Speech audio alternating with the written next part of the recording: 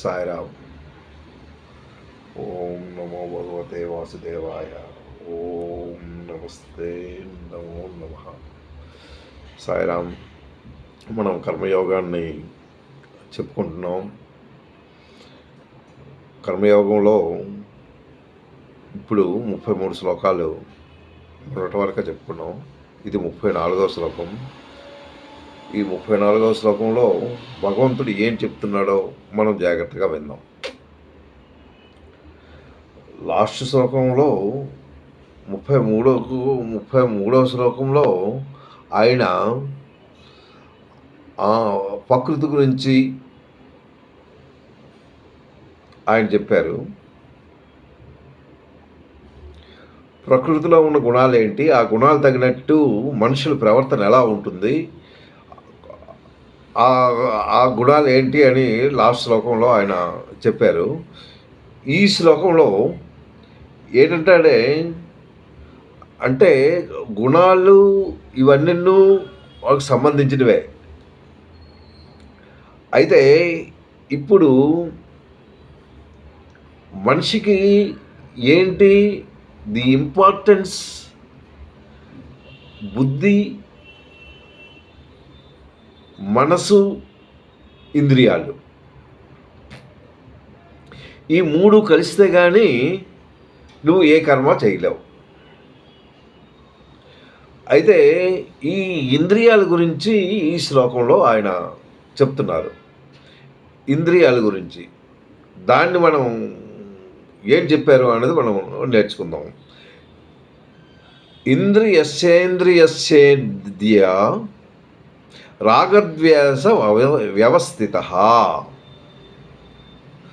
వ్యవస్థిత అంటే ఇంద్రియ అస్యేంద్రియ రాగద్వేష వ్యవస్థితౌ తయోర్నవస యోగచ్చేత్ తౌ హస్య పందినవు అంటే పరిపందినవు. అది చాలా ఇంపార్టెంట్ అయిన వర్డ్. ఏంటి పరిపందినవు? ఇంద్రియస్యేంద్రియ అస్యేంద్రియ రాగద్వేష వ్యవస్థితౌ తయార్నో వశమాగచ్చేత్ తా హస్య పరిపందినవు అనేసి ఇందులో చెప్తున్నాడు. అంటే ఇంద్రియాల గురించి ఆయన చెప్పడం,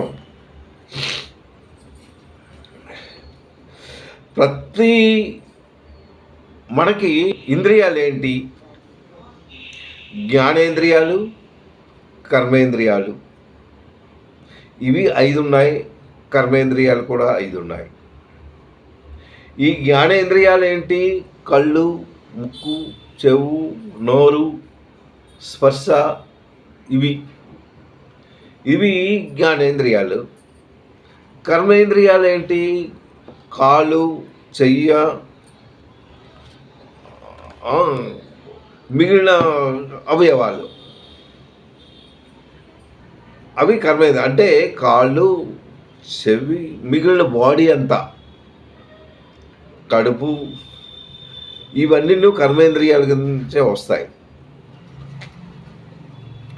అయితే ఈ రెండిట్లోపల ఇంద్రియ అని 2 సార్లు వాడాడు ఈ శ్లోకంలో. ఇంద్రియస్యేంద్రియస్యేంద్ర రాగద్వేష వ్యవస్థిత అంటే రాగద్వేషాలు, ఈ రెండిట్లోపలను రాగద్వేషాలు దాగి ఉన్నాయి. ఏ రెండిట్లోపల? నీ కర్మేంద్రియాల లోపల, జ్ఞానేంద్రియాల్లో కూడాను ఇవి 2 రాగద్వేషాలు మాత్రం ఉన్నాయి. ఈ రాగద్వేషాలు ప్రతి ఇంద్రియమునందు, అంటే కర్మేంద్రియాల్లో ఉన్నాయి, జ్ఞానేంద్రియాల్లో కూడా ఉన్నాయి రాగద్వేషాలు దాగి. మనుషుడు ఈ రెండిటికి, ఏది రాగద్వేషాలకి రెండిటికి ఆడు వశం కాకూడదు, వాటిని దూరంగా ఉంచాలి.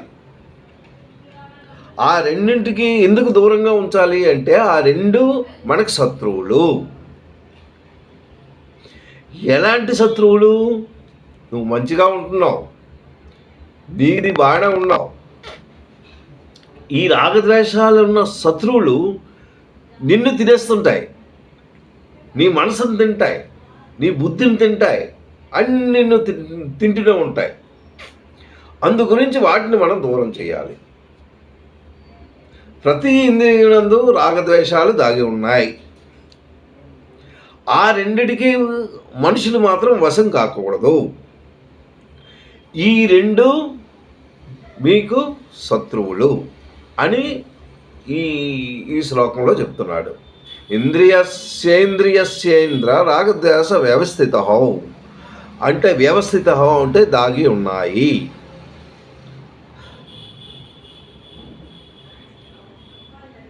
త్రయోణ వశం అగచ్చేత్ అంటే తయోర్న అంటే వాటి వశమునకు నువ్వు లోను కాకూడదు. అగచ్చేత్ అంటే లోను కాకూడదు. తౌహస్య అంటే ఏళ్ళంటే దేని గురించి? తౌహస్య పరిపందినవు. పరిపందినవు అంటే ఆ రెండును నీకు శత్రువులు, నీకు ముందుకే వెళ్ళనివ్వవు, నిన్ను కాలు బట్టి లాగేస్తుంటాయి. ఒక మంచి విషయం నువ్వు కావాలని నన్ను ఒక మంచి వ్యవస్థలో వెళ్దామన్నా, మంచి మార్గానికి నేను వెళ్తాను అన్నాను, ఆ రెండు నీకు ఒప్పుకోవు. ఆ రెండు నిన్ను శత్రువుగా చేసేస్తాయి. ఎలాంటి ఈ రెండు శత్రువులు ఎలా ఉంటాయంటే, దారిలో దోపిడి వాళ్ళు ఉన్నారు చూసావా, అంటే దొంగలు. నీ దగ్గర ధనం ఉంది, వాటిని కొట్టి తీసుకెళ్ళిపోతుంటారు. అంటే ఈ రెండును దోపిడి దొంగలు. ఏది? రాగద్వేషాలు. అవి నీకు మంచి మార్గంలో వెళ్ళకుండా నీ దగ్గర ఉన్న ఆ మంచితనాన్ని తీసుకొని వెళ్ళిపోతుంటాయి. నువ్వు ఏదైతే దాచుకున్నావో, నీ శరీరంలో నీకు ఏదైతే మంచితనం ఉందో ఆ మంచితనాన్ని తీసుకుపోతుంటాయి అన్నమాట. అది ఇక్కడ నీకు చెప్పాడు. అయితే సంస్కారంలో ఉంటావు. నీకు ఈ రాగద్వేషాలు ఏంటి? కోరికలు. కోరికలు నీకు పుడుతూనే ఉంటాయి. నీకే కాదు, ప్రతి జంతువుకి కోరికలు ఉంటాయి. వీటి మీద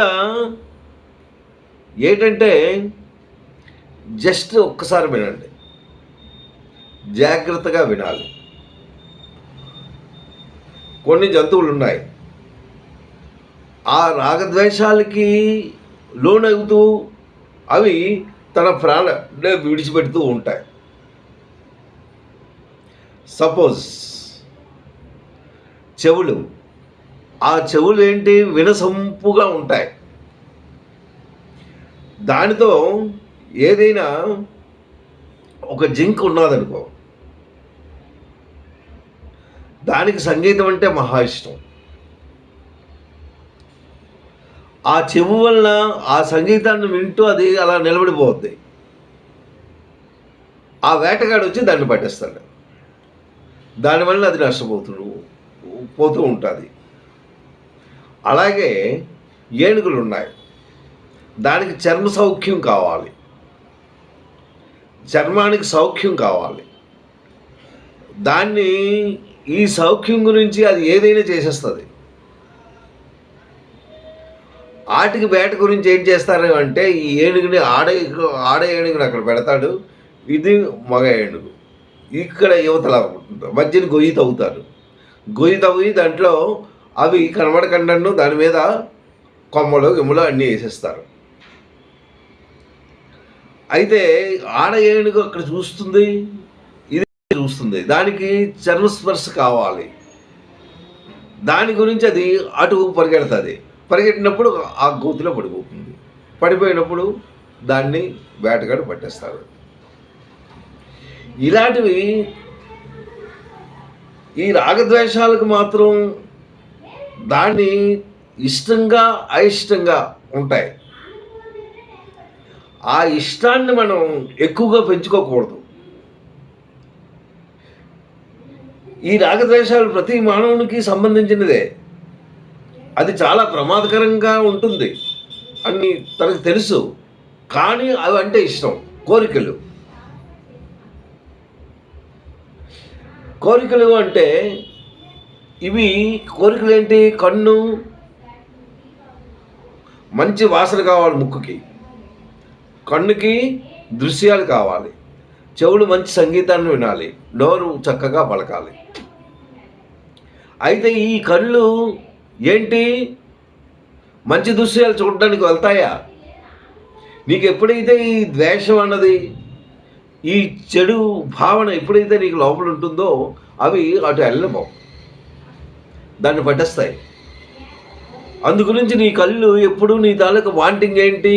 ఏదో చెడ్డది చూడడానికే నీకు అవి ఎక్కువగా ప్రమేయం ఇస్తుంది. అలాగే చెవు మంచి మాటలు వినడానికి, అలాగే ఈ శాస్త్రయుక్తంగా ఉన్న గ్రంథాలను వినడానికి, ఎవరో మంచి మాటలు చెప్పడానికి, అవి వినడానికి అవి ఎక్కువగా శ్రద్ధ వహించవు. ఎందుకు? నీలో ఆ శత్రువులు ఉన్నాయి. ఆ శత్రువులు ఉన్నంతకాలం నీకు మంచిది ఎప్పుడు నీకు రాదు. అందు గురించి దానికి దూరంగా నువ్వు ఉండాలి. ఏంటి? రాగద్వేషాలకి దూరంగా ఉండాలి. ఈ రెండు మీలో మంచితనం కావాలి అంటే, మీలో ఉన్న మంచితనాన్ని అవి ఏం చేస్తాయి?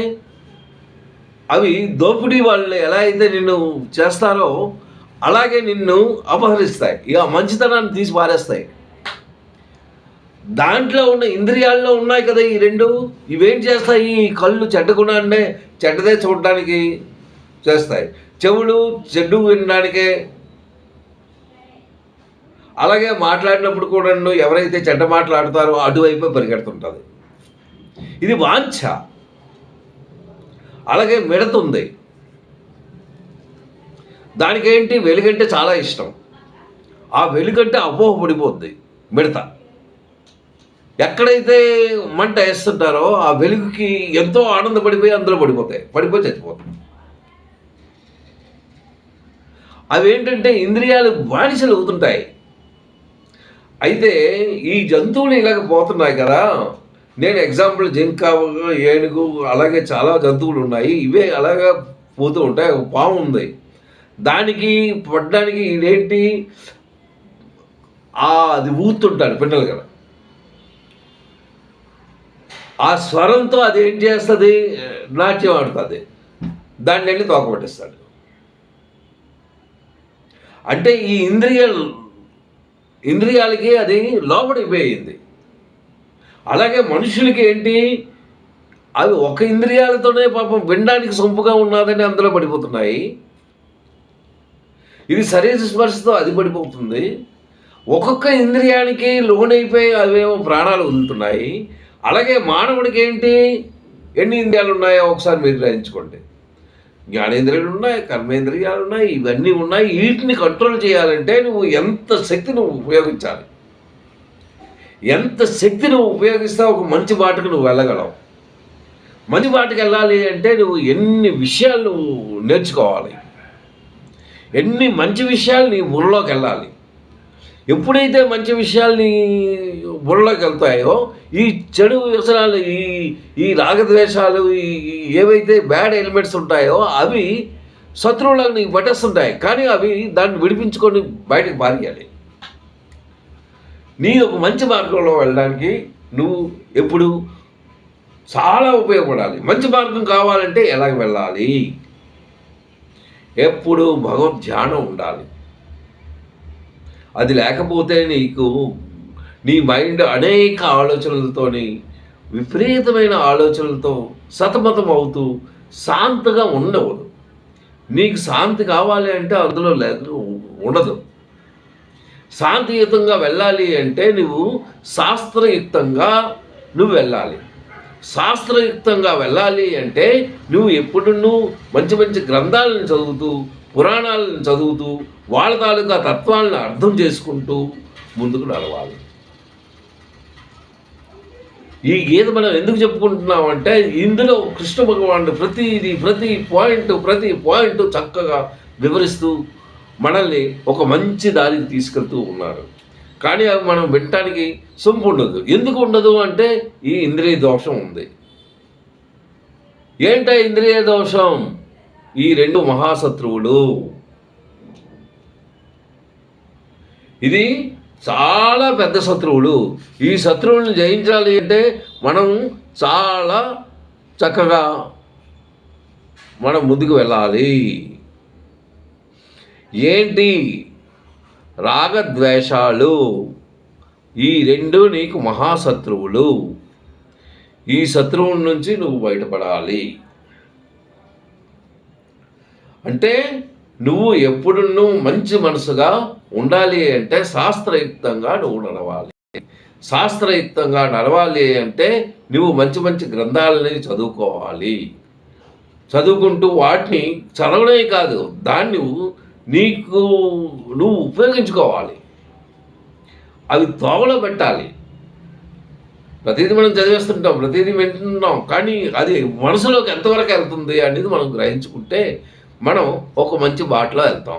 ఇది 34వ శ్లోకం. రేపు నేను 35 చెప్తాను. సాయిరామ్. నేను చాలా చిన్నదిగా చెప్తున్నాను. తప్పులుంటే క్షమించండి.